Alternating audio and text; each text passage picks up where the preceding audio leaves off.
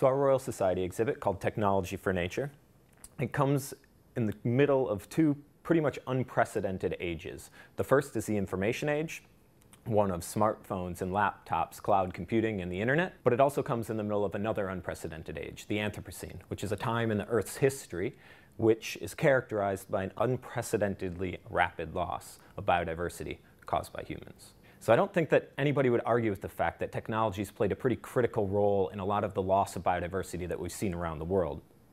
But in this exhibit, we're going to show you the ways that we think technology can also play a supporting role in getting us out of the biodiversity crisis that we found ourselves in. So the devices and the science behind those devices that we're going to be showing in our Technology for Nature exhibit are all about trying to help the global community rapidly scale up the response to the biodiversity crisis. We want people to be able to have access to easy-to-use, cheap, light, and efficient data collection devices that can feed into the ever-growing community of biodiversity models and predictive information about the planet that we're actually going to need to use to make some of the critical and difficult choices about what we're going to do. So the Technology for Nature partnership is really between three kind of critical organizations. The first is one where I work, called Microsoft Research, and I work in a group actually called Computational Ecology and Environmental Sciences. In the Technology for Nature partnership, we've combined forces with two other extremely important organizations. The first, University of College London, UCL, which brings the expertise of a vast number of scientists across many different domains on the problems that we're interested in.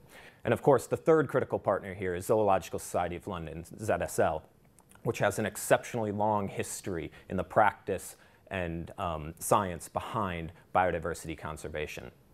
And all three of our organizations are actively working on the devices, the data collection, the devices, the models, and the scientific outreach and the science policy interface, trying to enact some change using the technologies that we're going to be showing in our exhibit.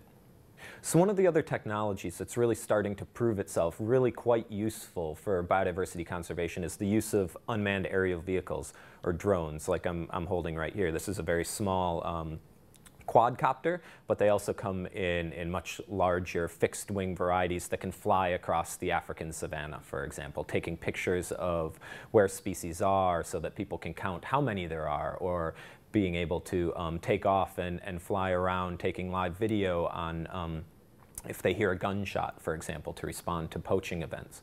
So one of the things that I got quite interested in was just trying to have drones fly around and be driven, actually, by wildlife, and in particular by animals like elephants. So what I really wanted to be able to do was to be able to build an elephant-driven drone. Another of the projects that we're talking about, and we've been doing over the last few years, is developing new devices to help us understand the behavior of animals in the wild. So with new technology, we're able to record both the location but also the behavior of animals with increasingly small devices. So recently we've developed this Mataki device, which is a small GPS logger that can communicate with other devices in the wild. So not only can data download from devices to base stations near animal colonies, but also maybe in the future we can transmit data between animals. And what this gives us is a much richer understanding of the behavior of animals in the wild, and allows us to begin to build models about how that behavior changes over time. And I think that that's fascinating and wonderful that we can begin to get a picture of how that behavior is responding to our changing climate. We are also really interested in the data that this device is able to gather. So both positional data, acceleration data, light data helps us understand better the behavior of these animals, because it gives us a richer picture of how they behave in the wild rather than just where they go. Both with Microsoft Research, UCL, and ZSL, we're hoping to get as many groups as possible using these devices, and we'd be really happy to hear from people if they want to help collaborate. We're really excited to get these on animals in the wild. So we go to various remote islands, remote places, package these devices up and put them on little backpacks on, for example, seabirds as they fly around. And the backpacks are really nice. They use tape to hold them onto the feathers, because it means that if for some reason we can't get these back, they'll fall off eventually. That has little impact to the animals. At the Zoological Society of London, we're looking at using advanced camera traps to solve conservation challenges. Specifically, we're looking at sending the photos the camera traps take by satellite instantly to offer us live reporting. This will help with anti-poaching efforts, and it'll help us assess wildlife instantly. We're even thinking about sending those photos to smartphones to have citizens identify the photos for us. It's a fantastic citizen science project. And we're working with UCL and Microsoft Research to answer these conservation challenges through technology.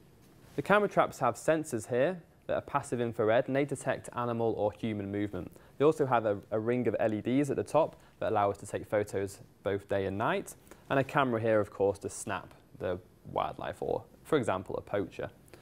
Traditionally, these cameras send their photos to an SD card on board, and you take this away and you take it back to the field and you analyse the photos. We're looking at adding a satellite modem so we can send the photos through space, through the Iridium network, live to servers and databases for analysis. It's never been done before, and we think it's going to revolutionise conservation.